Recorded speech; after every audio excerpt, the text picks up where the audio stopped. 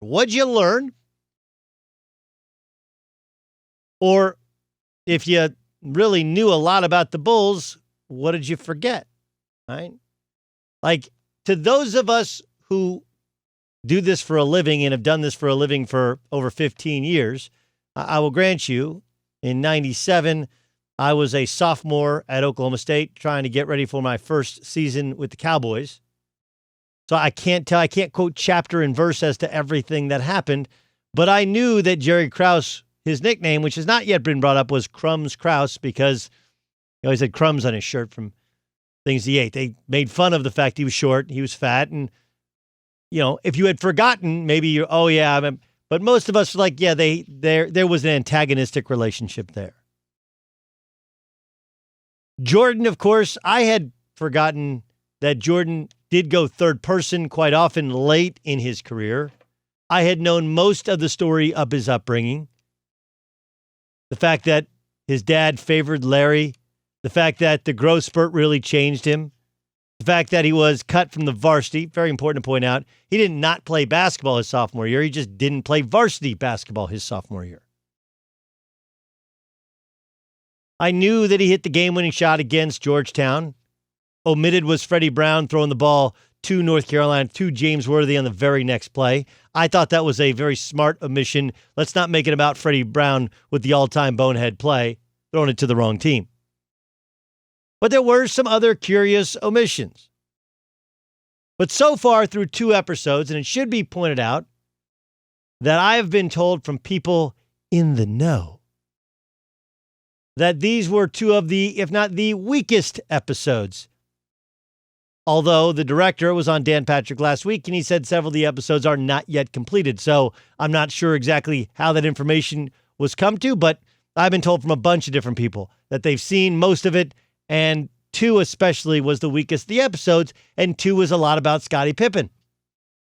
And the Scottie Pippen saga, combined with Michael Jordan's snarky comments about his general manager, combined with his what's the biggest challenge and looking up at the general manager's office, lead everyone who's watching to think, well, Jordan believes that the Yoko Ono of the Chicago Bulls dynasty was none other than Crumbs Krause, Jerry Krause.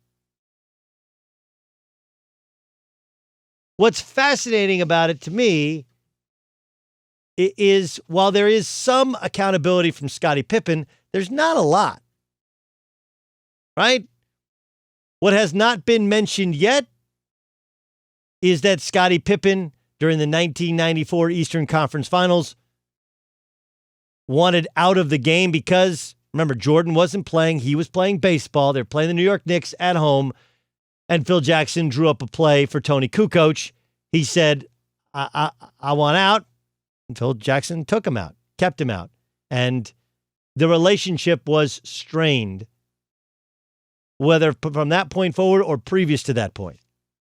We also look back through a lens of today and say $18 million for 7 years. Scottie Pippen was wildly underpaid. And while that may be true at the end of his deal, the fact is this is a decision that people make in society, people make in my business, people make in sports business, which is long-term stability or short-term, more financial gain. At the start of that contract, he was among the top 10 players being paid in the NBA, and he wasn't a top 10 player in the NBA. Can we stop with well, he was the second best player in the NBA? That was never discussed then. Never. He was a great player. And he was great alongside Jordan and within the way they played. And by my estimation, there are plenty of players that played in that era which would not translate to this era. Right? The star center. Even the ones that work, the Patrick Ewings, I don't know where you put them today. I don't know where you put Tim Duncan today. Scottie Pippen today, just as good, if not better, because he could play any position and guard any position, especially today. He would be an incredible player. But there was never a discussion, ever. Scottie Pippen's the second best player in the NBA. Underappreciated by some? Sure. Overrated by others? Sure. Like, was he one of the 50 greatest players in NBA history? I don't personally think so. But whether he's pretty close to the bottom of that 50 or not, he won like we're talking an NBA, which, again, before he got there or while he got there, you had Bird and Magic and Isaiah Thomas. And keep going on with the Akeem Olajuwon. Do you want to keep going? Because he went on that list. He was a great player. But there's a little. He's a much better player than Draymond Green, but there's a little of Draymond Green to it. And while you're perfect for the team that you're on, he did in fact sign the contract. He did in fact opt out of a game where Jordan wasn't playing because he wanted the basketball. By the way, the ball went in, and Phil Jackson got to walk off with a little bit of a strut before ripping Scottie Pippen in the post-game interview. But Jerry Krause is made to look like the villain because he's low-hanging fruit, both literally and figuratively. Literally, kind of like a plum, right? Kind of looks like a plum, that sort of shape. And figuratively because, he's the short, sloppy, fat, never played, came from baseball, general manager. Oh, he's also the general manager who discovered Scottie Pippen and decided to trade for him in a draft day trade, which is considered one of the greatest trades in the history of the NBA.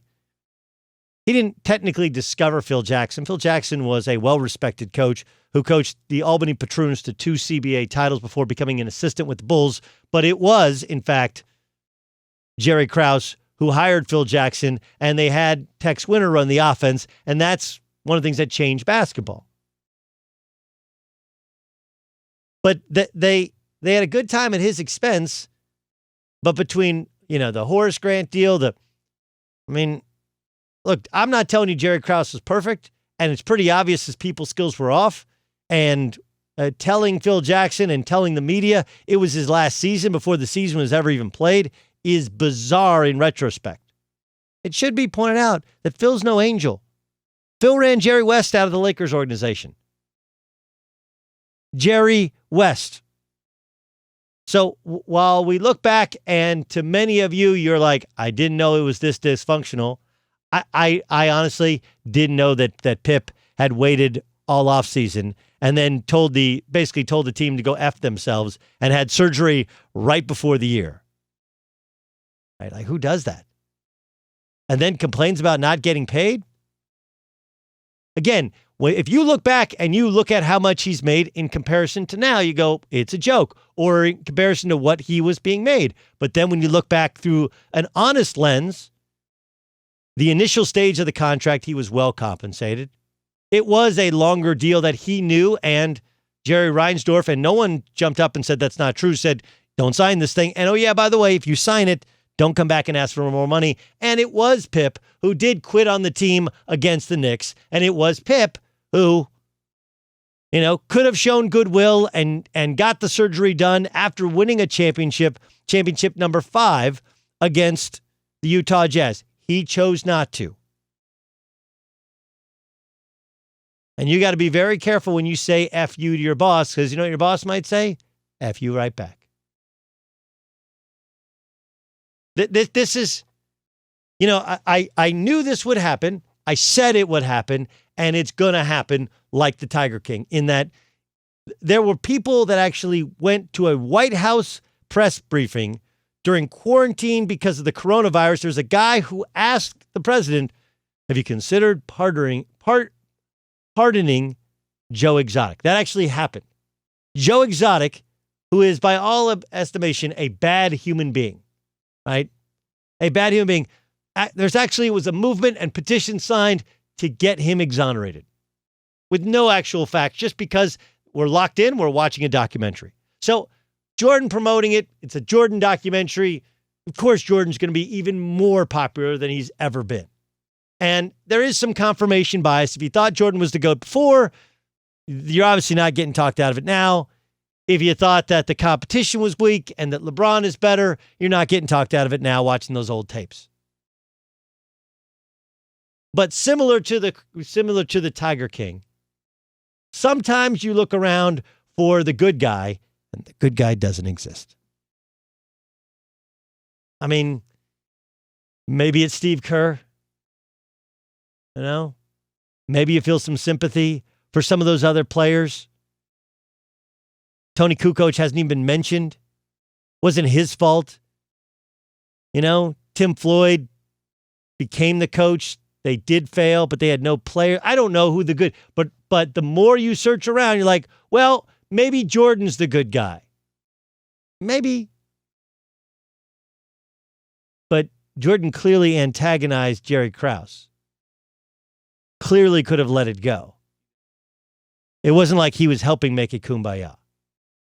Phil Jackson could have helped it out, and obviously he didn't want to. They had an adversarial relationship. Jerry Reinsdorf could have smoothed things over. He went over the head of his general manager and negotiated, but wouldn't renegotiate with Scottie Pippen. Could have, even though he said he wouldn't.